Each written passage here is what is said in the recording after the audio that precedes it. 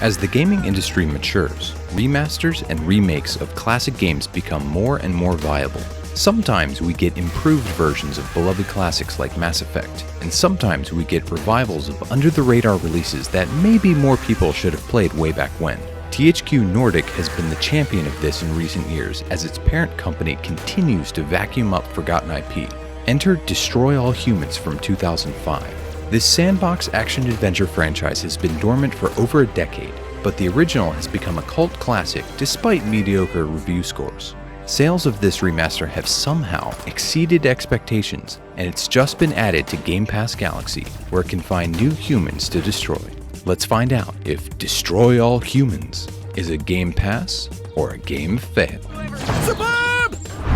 Destroy All Humans' plot is simple. One of your alien friends is captured by the US Army, so you travel to Earth to save him. In between, you inflict as much pain and suffering on the human race as possible. I hereby give you official permission to destroy all humans! You may feel like you're conflicted over whether to destroy mankind, but between the game's incessant posturing and awful writing, you'll want to wipe humans from the face of the Earth in no time. A person can only take so many outdated jokes about 50s pop culture and the rise of communism. How can I love Lucy when she's off the air?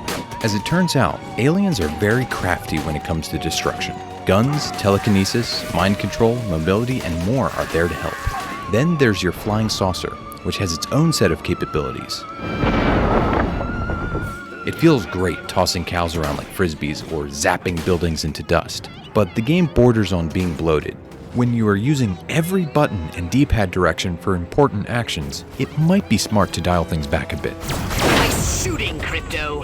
While the action of destroying humanity can be a real hoot, the game's stealth elements are not.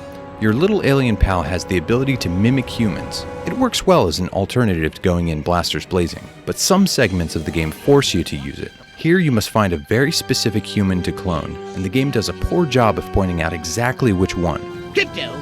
The charming security at this town hall won't let you in without a jacket. Sometimes it's obvious, but other times it's a lot of trial and error. This is something that has been mostly removed from video games in the last 10 years, and this is a clear example of why. No, Crypto!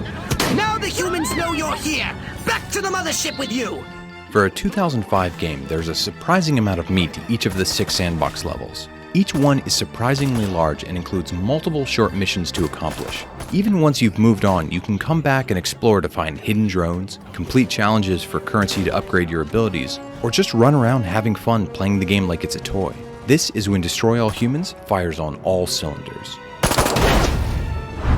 The Game Pass lineup is filled with classic action-adventure games. Psychonauts just joined the lineup this week, and while it's more of a platformer, it still holds up almost 20 years later. Its sequel also looks like it'll launch any day now, and it will be on Game Pass Day 1. On console, Rare Replay includes Jet Force Gemini and Conker's Bad Fur Day. Both games are over 20 years old, and both can play like it at times. Probably the closest comp is ReCore. It was ravished by critics at launch, but an enhanced version launched in 2017 that sands down some of its rough edges. Crackdown 3 is another close comp, but not even Terry Crews could save it. Moving into the sandbox style of things, there are plenty of examples on Game Pass. Grand Theft Auto 5 recently rejoined the service, and while most people have played it by now, it's still one of the best examples of the genre. Just keep in mind it's only on the console version of Game Pass. Just Cause 4 also just joined Game Pass. It's even more focused on mayhem, and it has the same offbeat tone. Rage 2 is a first-person shooter, but its open world can still be a blast to play around in. You can also check out our episodes for Dishonored and State of Decay 2 if you want an even wider range of sandbox comparables. Now it's time to find out, is Destroy All Humans a Game Pass or a game fail? Perfect! As you might expect from a remastered game that is over 15 years old, Destroy All Humans is rough in places. The design feels old and the stealth sections are awkward, but the core gameplay and mission structure still feel relevant. It's nice to play a sandbox game that isn't padded with endless fetch quests.